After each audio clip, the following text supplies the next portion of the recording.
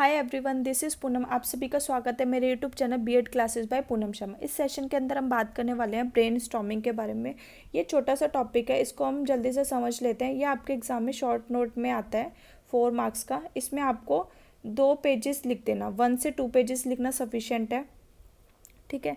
Brain storming में आपके exam में कैसे क्वेश्चन आता है कि ब्रेन स्टॉर्मिंग होता क्या है, इसकी क्या क्या विशेषताएं, कैरेक्टरिस्टिक्स क्या हैं, ठीक है, इसके मेरिट्स क्या हैं, डिमेरिट्स क्या हैं, उसको बताइए, एक्सप्लेन कीजिए। ये आपका क्वेश्चन आता है।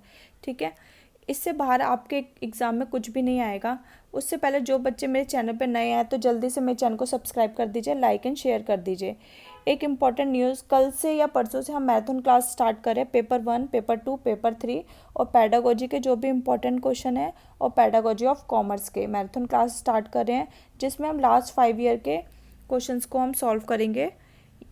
ठीक है। ये मैराथन क्लास उन्हीं बच्चों के लिए एलिजिबल है जिन बच्चों ने मेरे चैनल को सब्सक्राइब कर रखा था। जल्दी से मेरे चैनल को सब्सक्राइब कर दीजिए और शेयर कर दीजिए अपने फ्रेंड्स में। ठीक है, ताकि आपको एग्ज़ाम से related notification time to time मिलते रहें। चलिए, जैसा कि आपको पता है आपके एग्ज़ाम अब अगस्त में हो जाएंगे।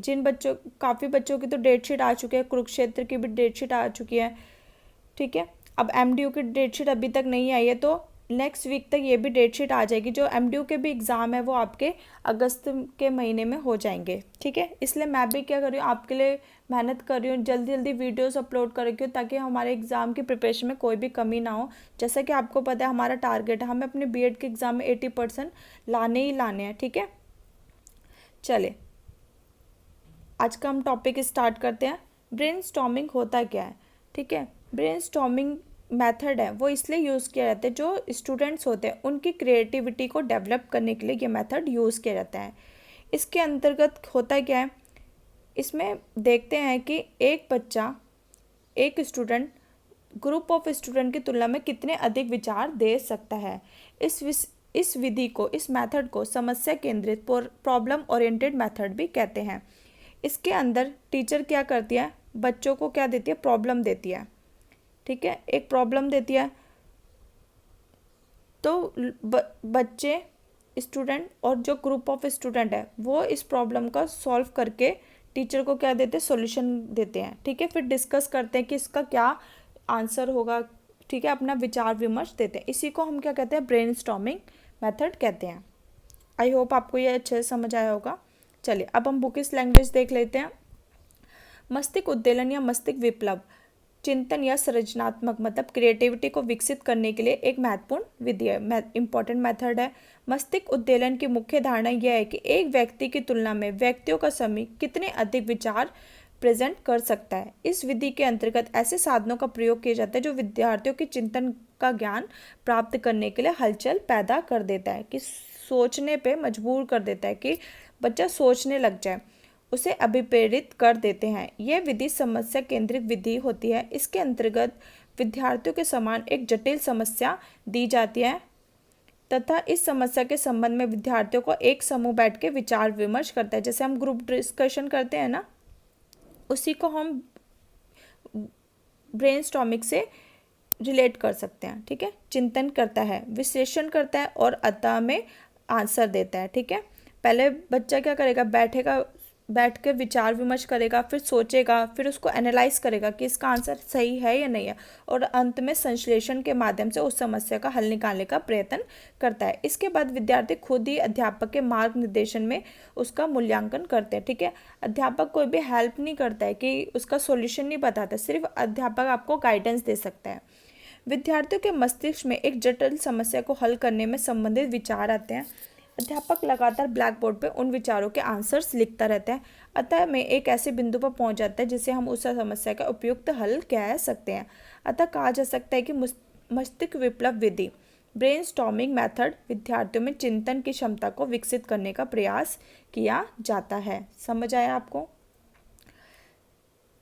ठीक है। मस्तिष्क विप्लव की क्या विशेषता है, यह विद्यार्थियों के चिंतन तथा समस्या समाधान के क्षेत्र में उत्साहित करता है।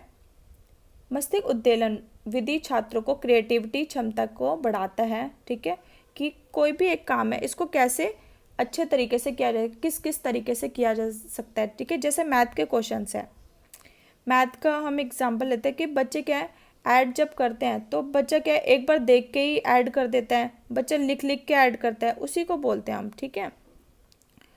यह विद्यार्थियों को स्वतंत्रता पूर्वक सोचकर निष्कर्ष को प्राप्त करना सिखाते हैं। इस विधि के द्वारा सामूहिक चिंतन तथा विचार विमर्श द्वारा अच्छे विचार सामने आते हैं, ठीक है। एक आदमी के विचार से अलग होते हैं, ठीक है। जब बहुत सारे लोग होते हैं तो एक अच्छा रिजल्ट निकल के आता है। अब जो आपको मैंने विशेषता बताई, यही मस्ती विप्लव के गुण बन जाएंगे। आप इसको गुण के रूप में भी लिख सकते हैं। मस्ती विप्लव की सीमाएं क्या हैं, कमियां क्या हैं, दोष क्या हैं। मस्ती उद्दीलन या मस्ती विप्लव को सफल संचालन के लिए एक योग्य शिक्षक का होना जरूरी है। सभी शिक्षक इसके संचालन के लिए योग्य नहीं होते हैं, ठीक है। टीचर ने प्रॉब्लम दे दी, टीचर को खुद ही नहीं पता इसका आंसर क्या है, ठीक है। तो एक ट्रेन टीचर होना बहुत आवश्यक है। मस्ती उद्दीलन या मस्ती विप्लव केवल उच्च स्तर की कक्षाओं में उपयोगी है, ठीक है। छोटे लेवल के बच्चे नहीं कर सकते इसको, सिर्फ ये हायर लेवल के लिए होती है। मस्ती उद्दीलन का विप्लव विधि से शर्मीले शिक्षार्थी सक्रिय रूप से भाग नहीं ले पाते हैं, ठीक है। कुछ बच्चे होते हैं जो शाय होते हैं, अपने विचार को प्रस्तुत करने में क्या करते हैं, हेजिटेट करते हैं, तो ये उनके लिए उपयुक्त नहीं है। ये इसका एक दोष है, ड्रॉबैक है। मस्ती उद्दीलन या विप्लव को शार्क बुद्धि वाले शिक्षार्थियों तथा मंद बुद्धि वाले शिक्षार्थियों के विचार प्रस्तुत करने के अवसर प्रदान नहीं किए जाने की संभावना रहती है, ठीक है। जो बच्चे इंटेलिजेंट हैं वो जल्दी जल्दी से क्या कर अपनी बातों को रखते हैं, लेकिन जो क्या है मंद बुद्धि, स्लो लर्नर्स हैं, वो अपने विचार को रखने में हेजिटेट करते हैं और वो अपने विचार नहीं दे पाते हैं। आई होप आपको ये टॉपिक अच्छे से समझ आ गया होगा। ये बहुत छोटा सा टॉपिक है, आपके एग्जाम में इसी से ही क्वेश्चन पूछता है, इससे बाहर कुछ भी नहीं आएगा, ठीक है। आप इसको अच्छे से कर लीजिएगा। आपको होमवर्क है, आप इसको अपनी नोटबुक में लिखेंगे और इसको अच्छे से करेंगे, ठीक है। आपको एक इम्पॉर्टेंट न्यूज़, जल्दी कल से मेरी मैथन क्लास स्टार्ट हो जाएगी, तो जिन बच्चों ने मेरे चैनल को सब्सक्राइब नहीं किया है तो जल्दी से सब्सक्राइब कर लीजिए। Thanks for watching.